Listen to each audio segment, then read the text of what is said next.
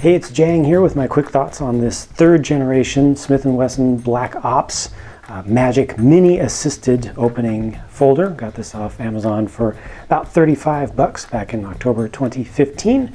It's a small one, to be sure.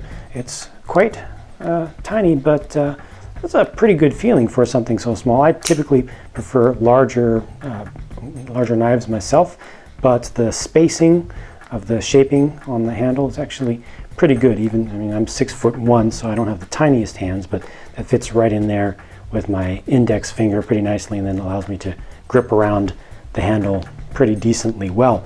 The sides actually, the handle actually look and feel so smooth and deeply coated that you might think that they are resin, but it's actually aluminum under there. Like I said, it's just very deeply coated. The assisted opening mechanism here does require the safety, because check out just how far this is still pushing against me. It's still pushing against me. It's not until, I mean, right there, it's still ready to spring out. So it's not until you go all the way in fully, it still wants to spring out right in there. So it starts to really want to spring itself out very early on. So do use that safety if you get this thing, but it's super easy to get this thing to open up with a single hand. And also the position of the safety is pretty good for single-handed use. So you grab it, you can feel it easily and get that to get going. This has the I guess clip point Tonto blade on it, black anodized covering. The factory edge was actually pretty respectable. I have worked on it just a little bit, but pretty much kept the original angle, so I didn't have to do any reprofiling of it.